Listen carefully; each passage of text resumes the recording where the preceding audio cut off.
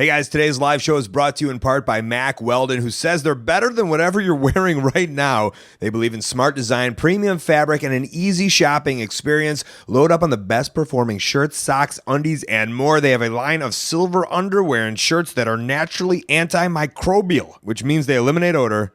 I had to look that up. Go on MackWeldon.com, shop around, see what you like, get 20% off if you use the code COLT. Go enjoy some of the most comfortable clothes you can wear via Mack Weldon. But now, enjoy this live show. This is The Art of Wrestling with professional wrestler Colt Cabana. It's Colt Cabana.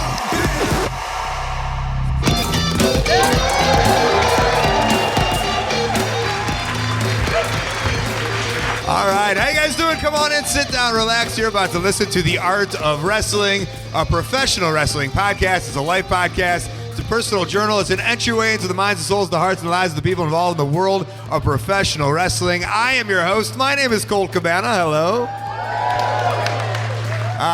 I'm a con-goer. I'm a podcaster. I'm an artist. Most importantly, though, I am a professional wrestler. And I am not sitting here live in my studio apartment in Chicago, Illinois. I am at the London Film and Comic-Con, brought to you by Showmasters in front of a live studio audience. Before we go any further, this is a fan-supported and listener-supported podcast supported by people just like you. We give it to you free of charge every single Thursday. ColtCabana.com, iTunes, SoundCloud, Howl, wherever you get your podcasts from. A couple great ways that you can support, rate, review, and subscribe on iTunes. Tell a friend. Let somebody know what's going on.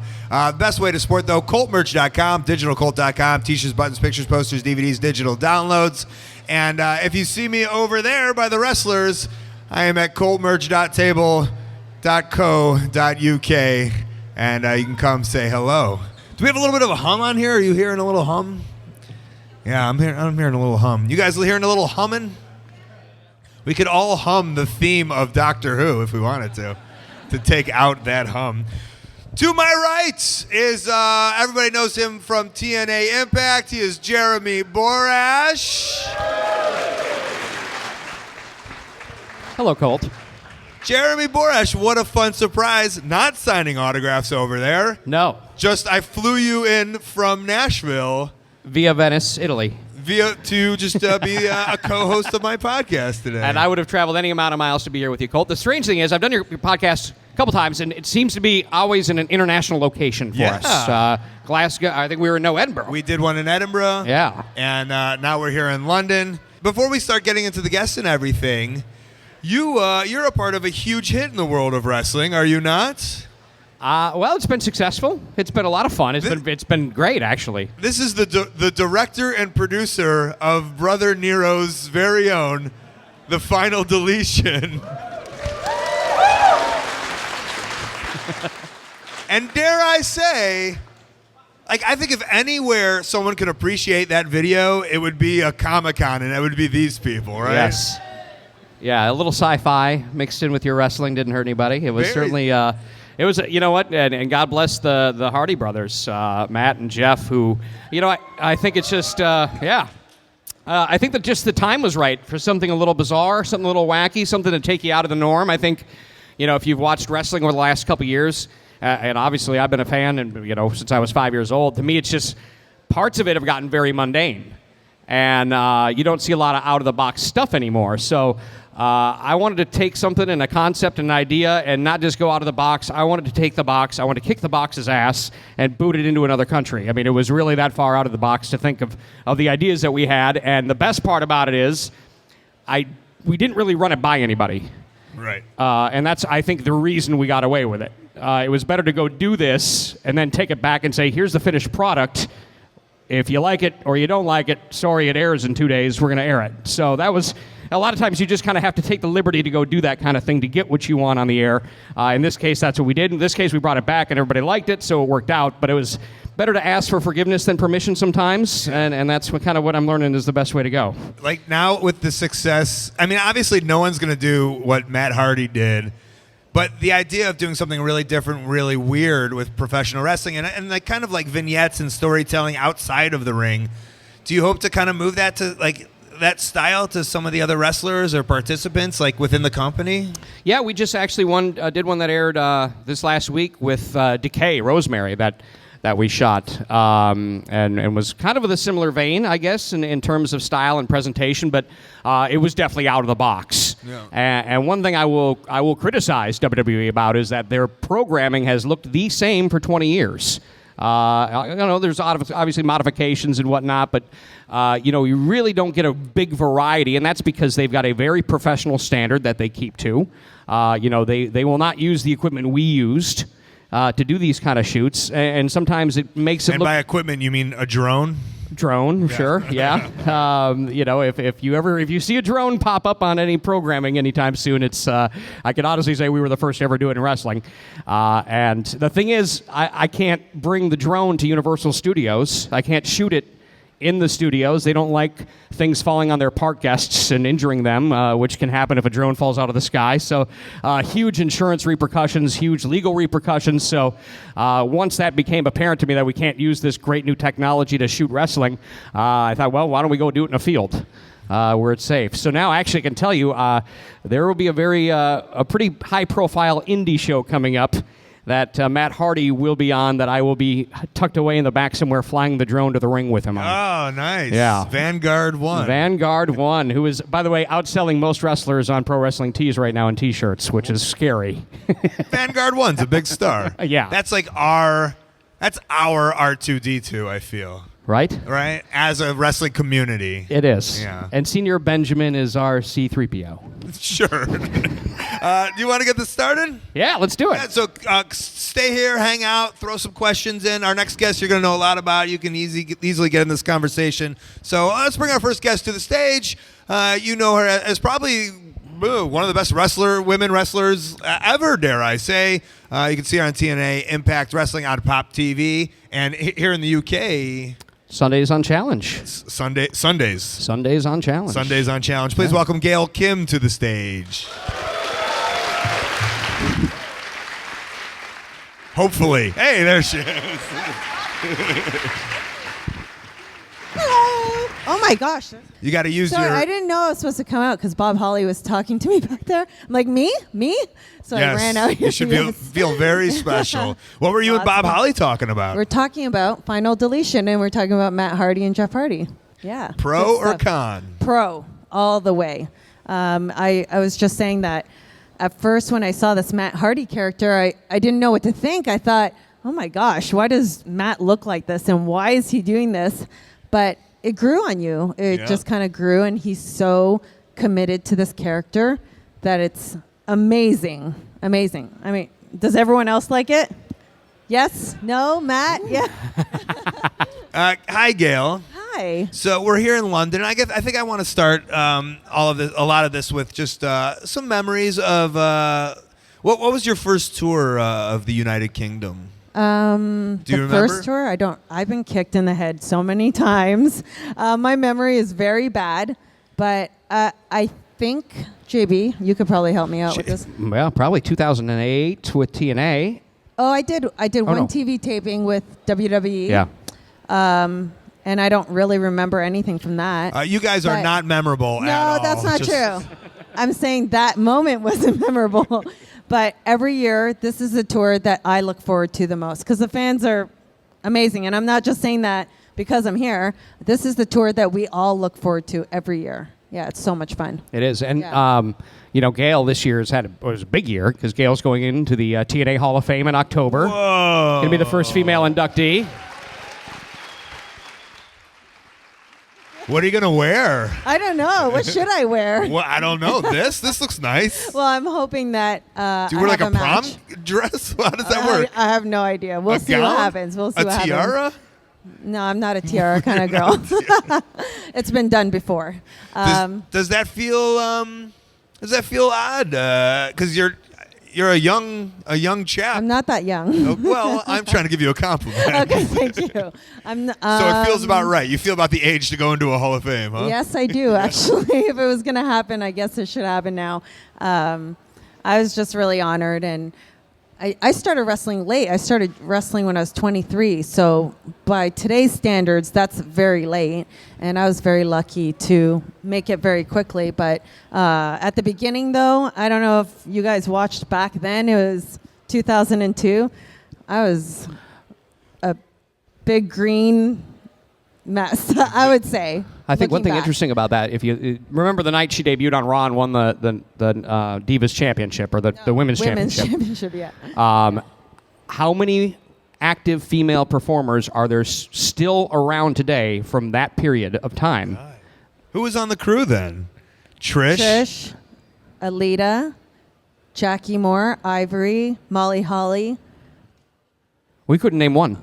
Not one person. At 23 years old, you got in. Why did you get in late to No, wrestling? I took my first bump when I was 23. Oh, and you were training when you were 5?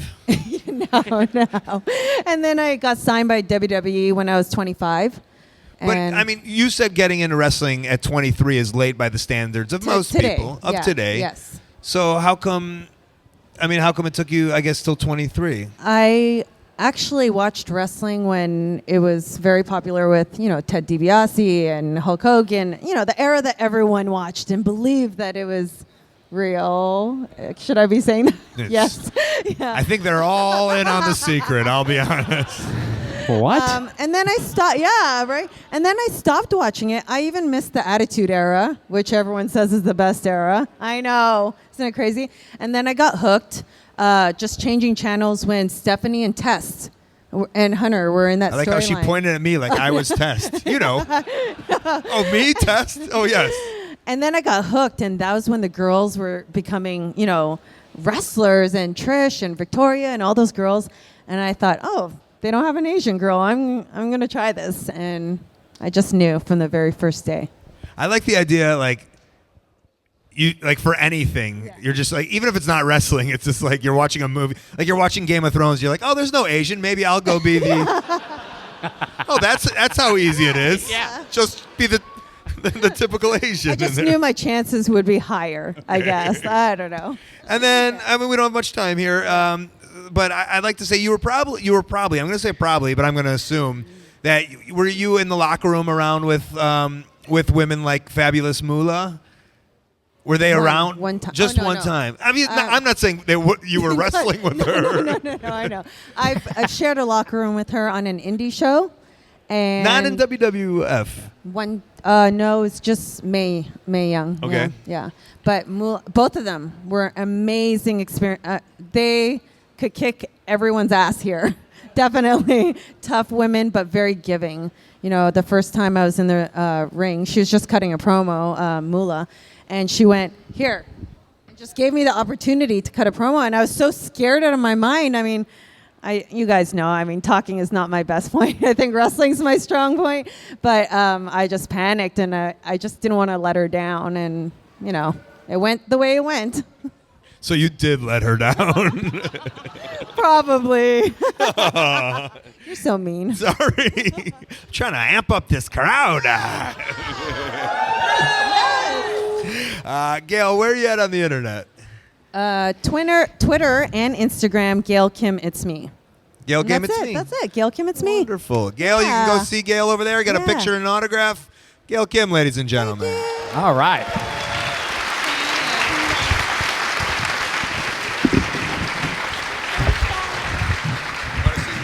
Yeah. Please welcome the Rated R superstar, Edge. Edge!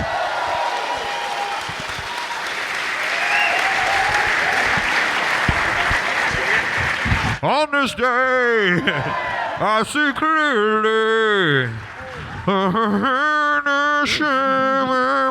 So I'm back there talking to Ted DiBiase, and he goes, "They just introduced you." I was like, "Oh crap, sorry." So What were you and Ted DiBiase talking about? was that a surprise? No, well, Gail was like, I was Okay. back there talking to Bob Holly, and I asked her okay. what she was talking We're about. just talking coffee. Yeah? Yeah. What's your cup of Joe of choice? Strong and black like my men. Yes. You know what I thought of just as you said that? I wanted to be like, oh, did you ever wrestle Ahmed Johnson? That's what came to my mind. As a matter of fact, I did. You did. So, I I went up to WWE headquarters to the Funkin' Dojo, which was... Hey, let's not swear around these people. There's some kids here. Right? Sorry. So the Funkin' Dojo, Dory Funk, is training a few people that have been on TV and maybe... Oh, my God. Duck. So training a few people that have been on TV, maybe need to up their chops a little bit, and guys that they didn't really know about that they wanted to check out. So there's me, there's Val Venus, who weren't signed, there's Kurgan, who was, there's Taka, who just didn't know English, Mark Merrow, a bunch of guys like that. Ahmed was there. So by the end of the week, Val and I had been doing tag teams.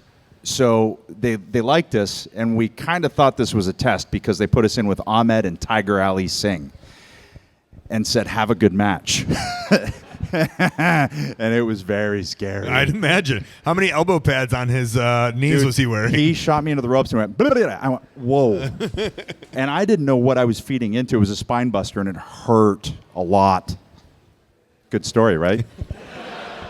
He's actually the only wrestler I've ever seen backstage. Guys carry gallons of water around. He would actually carry gallons of whole milk and drink and drink and drink. And that was his thing. And we were all just completely bewildered by this man. And He was a large man. Yeah, that doesn't surprise me. right? Yeah. You ever seen the milk I can thing? see Ahmed Johnson drinking a lot of milk. Now I want like an Ahmed action figure with like a 2-liter thing of milk. What was the weirdest thing that your act? Because the action figures these days, and like I guess 2-part question. Yeah. A, did you still get excited that like you had action figures like 10 years into your career? And B, what was like they put some weird stuff with those action figures, right? Like what's the weirdest thing that you were getting with it? Always excited about action figures. Always. You couldn't help it. But there was a hockey stick, but that made sense. I think an ironing board once. You always have pressed clothes. Your clothes are always spectacular. I was always, very well dressed. When I retired, I obviously dropped that. I think an ironing board. How about what was the weirdest piece of merchandise? The weirdest Edge merchandise WWE put out? I mean, boxer shorts are always strange. Yeah. There was a trash can, an Edge trash can, which I don't know. I have one actually. Yeah. I actually have an Edge trash can. A teddy bear. So get this. Go on. They got a teddy bear that looks like a lion.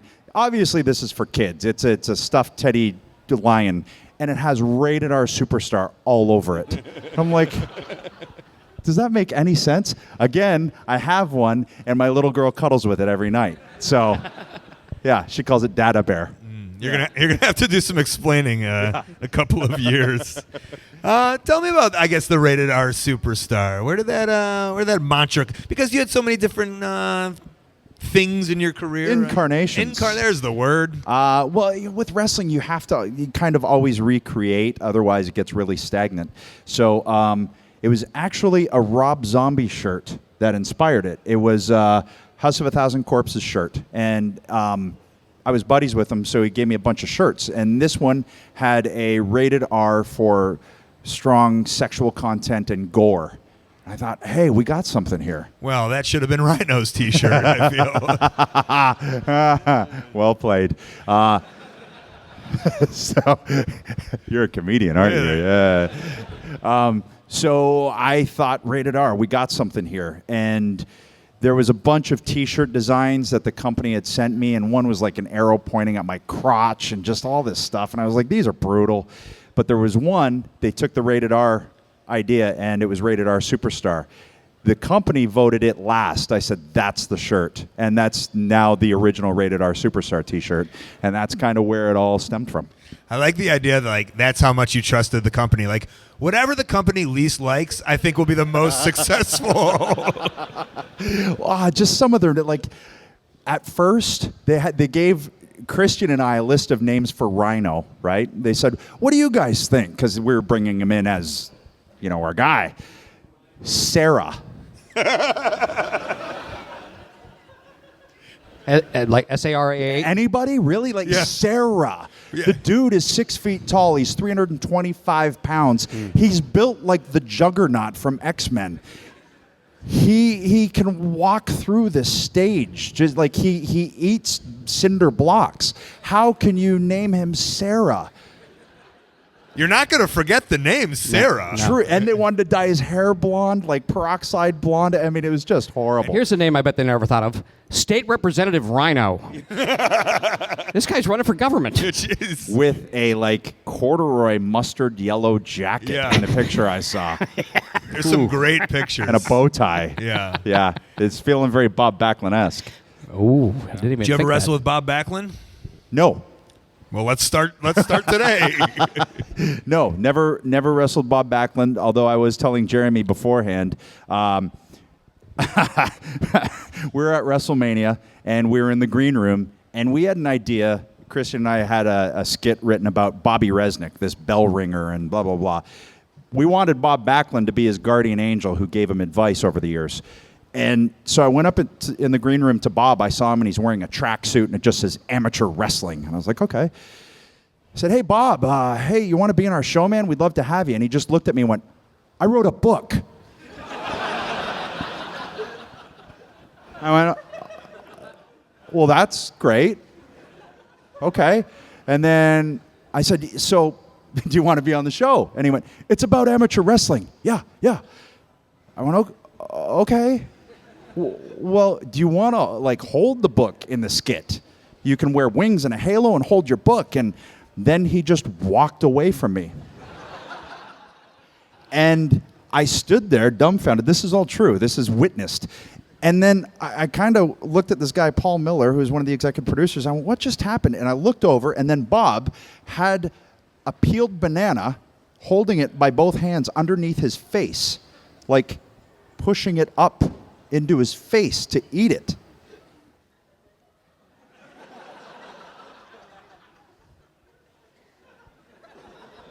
That was it. And I went, I don't know what's happening. I love the man, but I think he's Andy Kaufman. I think he's working all of us, and he's actually a genius. I think he's a genius. I don't know about the other stuff. That's it, Edge. Where are you at on the internet? What's your stuff? What's my handles? Yeah. I was like, I think I know how to use it. I'm on the Twitter machine at EdgeRatedR. I just grabbed a hold of my WWE Facebook, which I didn't know existed, and has 6 million things. Oh, yeah, you should use that probably. Yeah, so I'm starting to use that. So that's actually me. And I don't have an Instapop-gram thing. Wonderful. I don't know why I said Instapop. I don't know. You got an Insta pop out of me, huh? Hey. Let's hear it for Edge, guys. All right. Thanks, buddy. Thank you. Hey, sorry to interrupt, but I want to take the time to thank one of my favorite sponsors ever, 54club.com. They're your personal stylist, and they're shipping you clothes that you need. And I do mean that you need them, because let's be honest, your wardrobe at this point is a little shabby. Probably a bunch of cargo, some wrestling t-shirts, which isn't bad, but maybe you want to spruce it up for a nicer occasion or just life. They're going to help you build a nice, fun, stylish closet with 54 Club apparel. They send you a package every month. It's $60. The shipping is absolutely free. They're out of Los Angeles, and they have a great grip on what's kind of, what's good. 54 is a members club only. That means you can't get it in store. You have to be invited. Don't worry, everybody's invited. You just go to their website. You pick your preference of style. I like casual. That's what I like to wear. But they got clothes for all different occasions, and they'll suit you for each season that's coming up, so you're dressing just right. Head on over to 54club.com. Use the promo code COLT. That's going to get you 50% off your first 2 months. The offer ends very soon, so act on it now.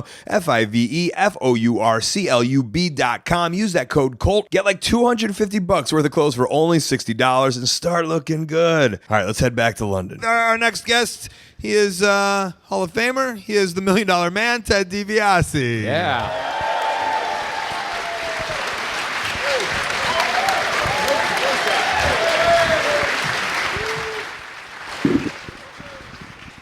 Maybe it's too many chairs to the head or whatever, but actually, I thought I vaguely heard my name the last time, but, Oh, I was gonna. Did you Yeah, want talk a little louder? Did you want a sweet introduction?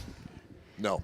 Ladies and gentlemen, sitting to my left. Oh, you should That's do my this. gimmick. Sorry, Ladies and Jeremy. gentlemen, the $1 Million Champion, Ted DiBiase.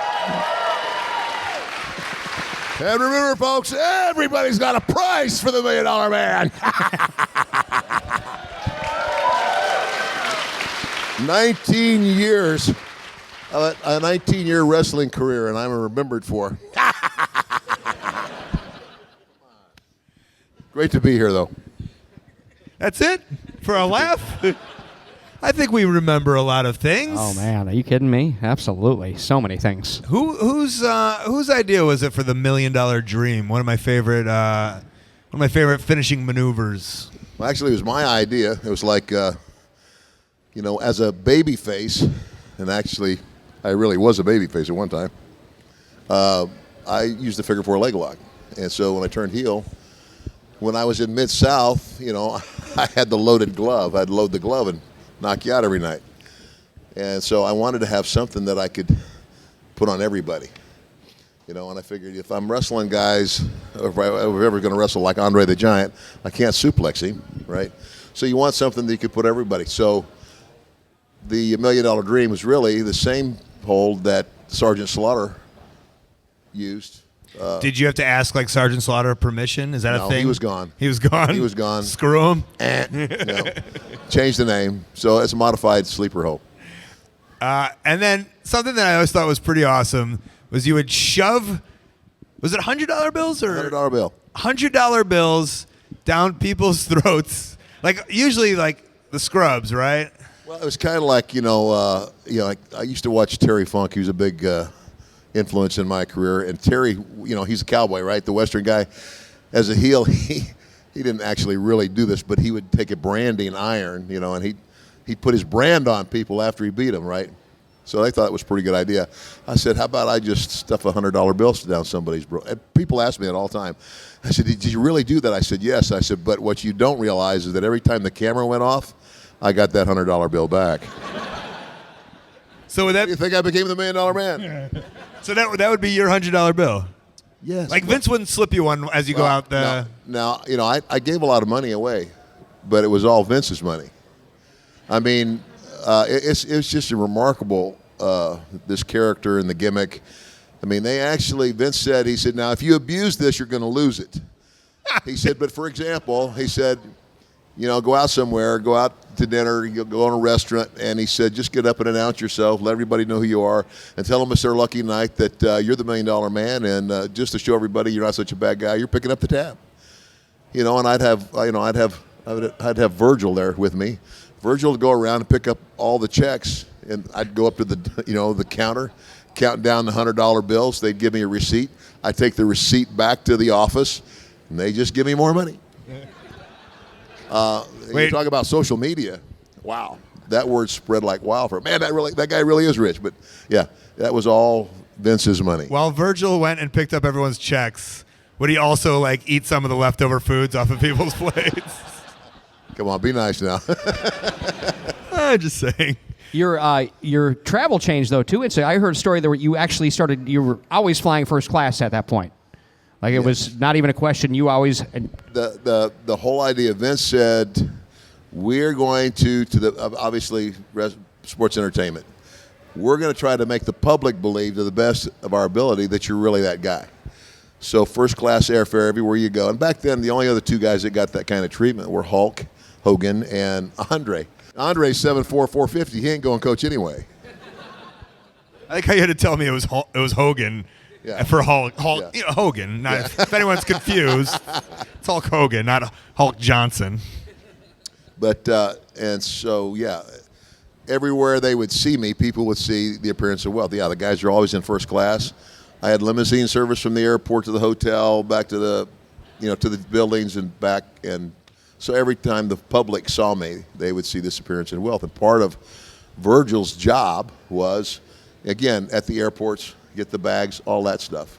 So Vince made it as real as he could. They even put me on a segment of, you guys, the TV show Lifestyles of the Rich and Famous. Robin Leach is British, yeah? And so while we're doing the show, I said, Robin, this isn't really my house. He says, oh, don't worry about it. We do this all the time. No kidding. And it was Vince's house, actually. So I go home and people go, man, Ted, where's that house? It's not here in Mississippi. I'm going to go back to the dollar bill in the wrestlers' mouths. And, like, there had to have been a good story of somebody choking or something weird that happened with either the dollar in their mouth or giving away the money to children or something like that. Anyone ever choke on a $100 bill? I don't think nothing like that. I mean, I never, it's like I didn't just like, okay. Now, if I wanted to be a prankster, right. I could have choke on it, but I didn't. I never did that. I didn't have any. Those were never had that issue. Never did. And then you got the $1 million belt. There's stories that like you were one day you were supposed to be the WWF champion or something like that. The original thought after they introduced me, I mean, again, WrestleMania 3 took place, sets an indoor world of tennis record. Hogan's beats Andre, and then they never touched again. They never got in the ring together again until the Saturday Night Main Event, which in the United States was the first time that professional wrestling was on live coast-to-coast network television. So it was a big deal. But the story behind the story is not just a rematch between Hulk and Andre. I said, I'm going to prove to the world that I can buy everything, including the world title. I've hired Andre. He's going to beat Hogan and sell me the belt. That's the whole concept. And so originally the thought was go to WrestleMania 4 and some underhanded way, I win. And but actually Pat Patterson, who was Vince's right-hand man at the time, came to me one day and he said, look, let me ask you a question, Ted. He said, what's going to make people hate you more? If we do what, the kind of like the normal thing, some underhanded way you win, you go and wrestle, you have your run with Hogan, and then you drop the belt because obviously then with the whole emphasis on family, you want your champion to be the good guy. We can do that. He said, you don't win the tournament. And in your arrogance, you create your own title and wear it to the ring every night. And as soon as he said it, I said, do that. What an arrogant, blah, blah, blah, right? Created his own title. So, yeah, I did much better being the $1 million champion. What a run as the $1 million champion. Oh, my God. You never. Yeah. I was like, until Virgil hit me in the head with the belt, But, yeah, it was great. Awesome. Ted, where are you at on the internet? On the internet, milliondollarman.com, and I also am a minister. That's probably going to surprise a lot of you. heartofdavidministry.com. Awesome. Ted DiBiase, ladies and gentlemen. Thank you, folks.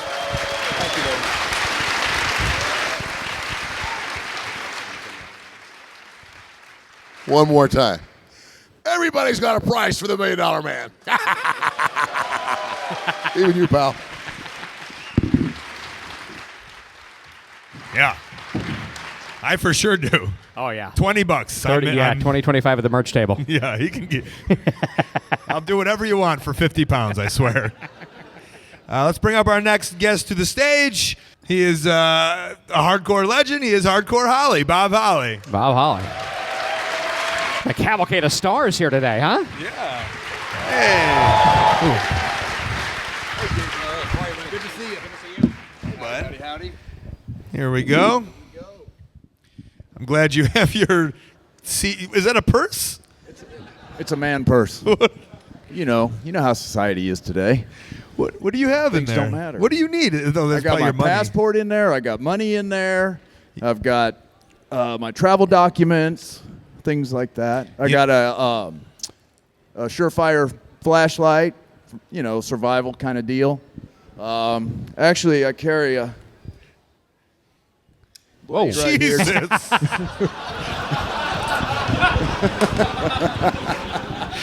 For the listening audience, Bob Holly has a knife on stage and might murder me. Some bitch is sharp too. Wow. You were on stage talking about how you like being in the mountains and you're like a wilderness man. Did you ever try to pitch that as like your character or anything? No. All right. I wouldn't do that because the silly gimmick they gave me when I first got there, that I didn't know where that would probably go, and I didn't want to find out. The NASCAR gimmick. Yeah. You You were hoping you would drive the NASCAR into the mountains? No. No, I didn't. I wasn't comfortable with that gimmick to begin with. Yeah, I drive race cars and do that kind of thing, but when my contract came, I was just in total shock. And it was like, okay, it doesn't matter. I'll just deal with it, get my foot in the door, because it's like, who's going to tell them no? If that's your goal in life and they send you a contract, and they put a goofy name on there, you're not going to tell them no. And back then, too, in their defense, everything was like a cartoon character gimmick anyway. So, I mean, it kind of fit, sort of. Yeah, but you don't see, like, being like a wilderness man? That could be, like, very cartoon. Has there ever been a wilderness man of some sorts, JB? Wow. The Skinner, yeah. Yeah, but Skinner was Skinner. kind of... He was like Everglades, Yeah. kinda, but that was kind of like wilderness a stuff. mountain man. There was Man Mountain Rock. Oh, I wasn't. yeah. But as a mountain man, mountain man you think is a big, huge guy with a big beard and everything and hair, and I don't have hair. I used to, but I don't no more. But that's what you would think is a mountain man. Yeah. Stan Hansen comes He's more of a cowboy. Yeah. Yeah. Was there ever a character that, like, once you got comfortable within the system, that you tried to pitch that was kind of shut down? Not really, because I was still trying to find myself. I was trying to figure out who I was, because I was still lost. I didn't, because I was like, they always say you need to be comfortable with whatever character you're portraying, because you're not going to put 100% into it. And I definitely didn't put 100% into it because I wasn't comfortable, and I tried to force it, and it just didn't work. And so that's when I went to Vince and asked him, hey, can we change it? This has got to change because I'm not comfortable. And he was really cool, because I walked in his office and I thought I was going to walk out without a job. And so I walked in and said, hey, Vince, I said, thank you for giving me a job. Thank you. I really appreciate it. But this Sparky Plug character, I said, the name's got to change. And he just sat there for a second, as he always does, because when you talk to Vince, a lot of people make the mistake of they just keep talking and talking and talking, because Vince doesn't say anything. What you got to do is you got to stop, take a break, and then he speaks. And I knew that. And so I stopped and I let him talk, and all he said is, what do you want to change it to? And I said, how about Bob Holly for now? And he goes, Bob Holly it is. And he said, anything else? I was like, no, that's it. And I walked out the door. I was like, what happened? I mean, it was just like, and I still had a job, so I was like, okay. I thought you were going to say he changed his name to Bob Holly for now. No. But now that's the But then he direction we made went. you.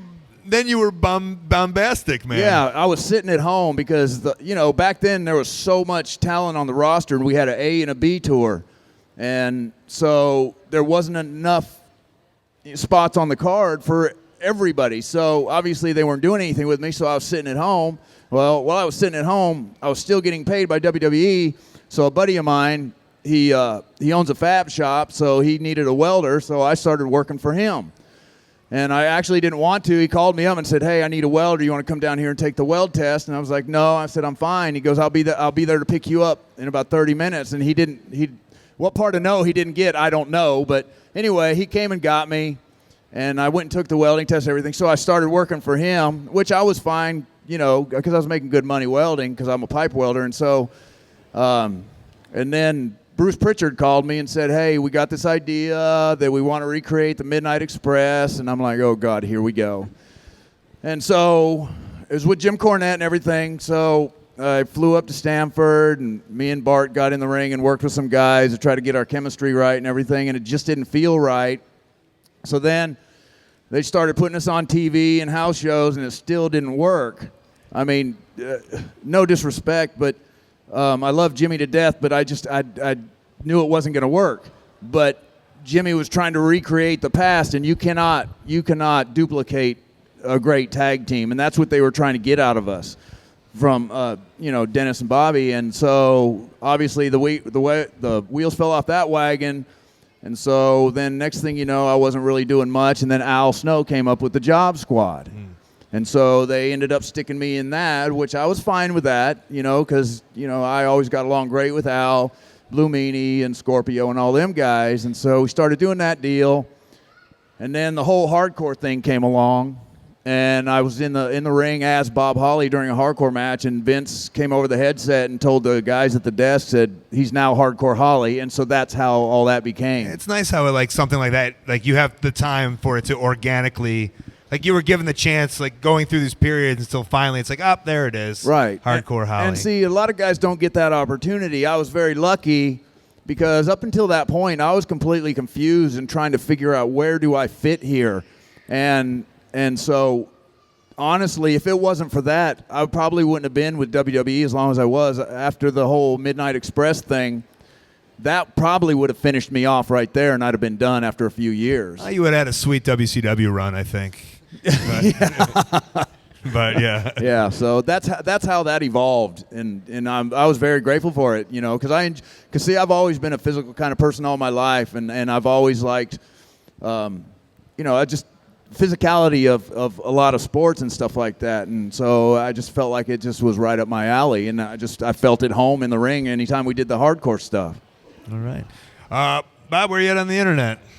I am at the Bob Holly on Twitter. I don't have Facebook or Instagram or anything like that. I've just got Twitter, and you got a book. I got a book, as most of you probably know. Great book. Absolutely great book. Oh, so you've read it, JD? Yeah, I have. I have. Thank you. Yeah. I appreciate that. Yeah, I really enjoyed it. Yeah, I don't bite my tongue or anything. I didn't have an agenda. I didn't, it wasn't one of those kind of books where you go out there and just bury somebody. It wasn't like that. I just told how I felt about things, and, I was just pretty basically honest, and so I didn't care. I didn't, it was one of those type of books where, okay, if I get a job, fine. If I don't, I don't care. I'm perfectly happy doing what I'm doing.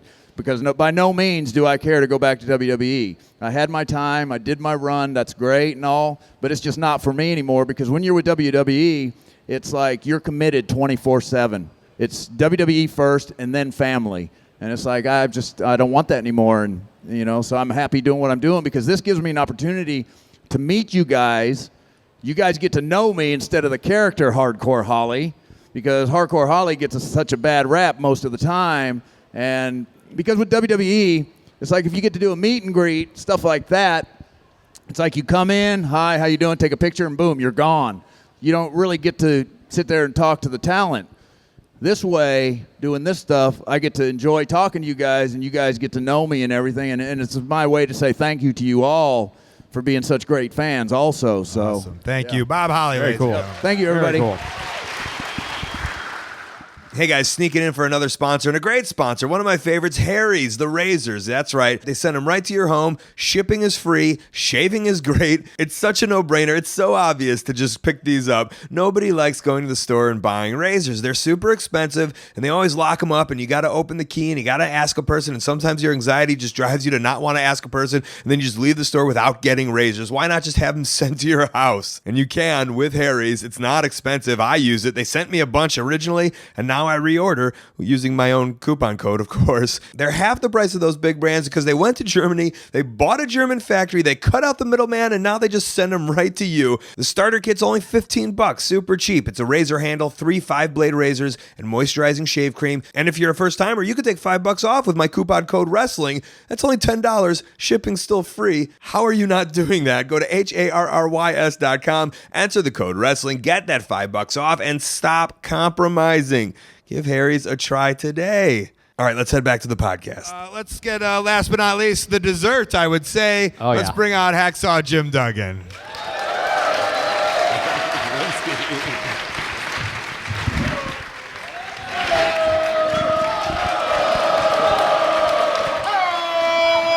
Oh, come on, guys, let's go.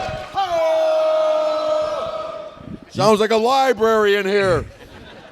Have you ever been to a library? No. But I heard about them. Right. We're in the UK, and No kidding. They still Young guy. They still chant USA, don't they? Well, I think the folks do it, and it makes me feel really great, to come from a different country and come here and have the folks chanting USA. I think it just makes a guy like myself feel really welcome, and I enjoy it very much. And so now, of course, after we do the USA chant, I got to do a little UK, UK, UK. Did you ever get that going? Did that ever? Not very well, honestly. You talked about wrestling at the Royal Albert Hall. Was it their first time? Were you part of the first time they came? I believe that was one of the first tours over here. We did Royal Albert Hall. You know, I mean, what a great venue to wrestle in. Of course, you think of all the shows and famous people to be there and to be out there going, ho! It was super to be in a building like that. And of course, I think it was either that year or the year later we did Wembley Stadium. You know, it's amazing the appeal of professional wrestling around the world. You know, in the United States, we got those NFL guys, our football guys, and they're like, we're the world champions. I'm like, where in the world have you guys been? You know, wrestling, we go all over the world. And, of course, the UK is one of our great places to come. And WWE still comes here, and you got a lot of great local wrestling. And, of course, Big Daddy back in the day. Yeah. But, always great to come over. Jim, one thing that's been so cool in the last couple of years. I'm from Nashville. I live in Nashville now, and this is happening in arenas across the country. Is right before they want to get the team fired up. You come on the big screen, really? and a big ho, and the crowd all does it, and it's happening in arenas now. I know Nashville's not the only place, so that's really, that's breaking across some serious boundaries. Did you know that? Oh, yeah, I actually go to Nashville, the hockey games a little bit, but I always ask Ric Flair, you know, Rick, one of the greatest wrestlers there are, you know, Rick goes, woo! I'm like, Rick, are your trunks too tight or what? Woo! You got to give a ho! So what did you sit down and like make a deal that you would do that, or you? No, he goes on the Titantron? They brought me in. Yeah, they fly me into Nashville, and of course I think the first game I was with Montreal, and they had the Montreal mascot, and I came out hit him with a 2x4, or excuse me, Toronto. And I came out and hit him with a 2x4, so now they hate me in Canada. Well, you were part of Team Canada. I was part of Team Canada, I sure was. And I don't know if you remember that, I was with WCW. And actually what it was, Vince Russo was trying to push me out of my contract. So first they made me the janitor to the WCW, and then they said, well, we're going to turn you against America. We're going to put you with Team Canada. I'm like, well, we got a lot of heat with Canada, right? But the great thing about it was I was able to cut my hair and shave my beard, which I had my whole adult life. So I went in the dressing room. I was sitting next to guys I've known for 30 years. They're like, what the hell are you doing here, buddy? Who are you, you know? And I came home. My wife was like, this is great. Yeah. You look totally different. Do you have any great memories when you think of the UK and London? Do you think the Wembley and Royal Albert Hall, or are there other things that spark? I enjoy of course, the Wembley Stadium show. You know, I was in there with the Bushwhackers, and Butch and Luke, and I believe it was the Mountie. I'm not sure who we wrestled, but we did 10 minutes. One of the Whackers would go over and go, yay, and the other one would go over and go, yo, and I'd go, ho. And you wasted 10 minutes before touching. The best 10-minute match of your life. 10-minute match, yeah. Well, I just got to say, Jim, you've always been, and I got a chance to work with you a couple times, always been one of the nicest guys, and always. I've had it with you, buddy. I know, and I just got to say, I've always admired how cool you were to everybody, and truly one of the good guys in the wrestling business. Yeah, within wrestling, you have such a great reputation, and I'd imagine that's why you've stuck around for so long. It's hard to have that longevity. I know a lot of folks don't realize how competitive professional wrestling is. You know, I tell folks there's probably 1,500 Major League Soccer players over here. There's probably 800 NBA basketball players. There's 100 WWE wrestlers. It's an extremely competitive business, and you just don't have guys from America. You got guys from the UK. You got folks from Australia, Japan. Everybody's after my job. And you're still here. Are you on the internet? I know you have a shop at Pro Wrestling Tees. Yeah. You have a Twitter. I'm on Twitter. I'm learning about tweeting and Facebook and all that, of course. And I'm way behind DiBiase. I thought I called Piper. God bless. How about a little round of applause for Roddy Piper? Pass. No doubt.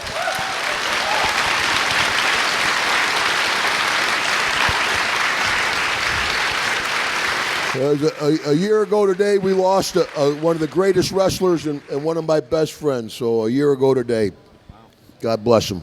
And Pipe, we were roommates in Legend House. Anybody see Legend House? Huh? They were expecting a drama. They got a comedy out of it, you know. But when I got there, they said, well, you have to have a roommate. I'm like, well, I haven't had a roommate since college. You know, I'm thinking I might room with Jimmy Hart. I get along with Hillbilly a little bit, and they're like, you're rooming with Piper. So the first 2 days, me and Piper are just looking at each other going, yeah, how you doing, brother?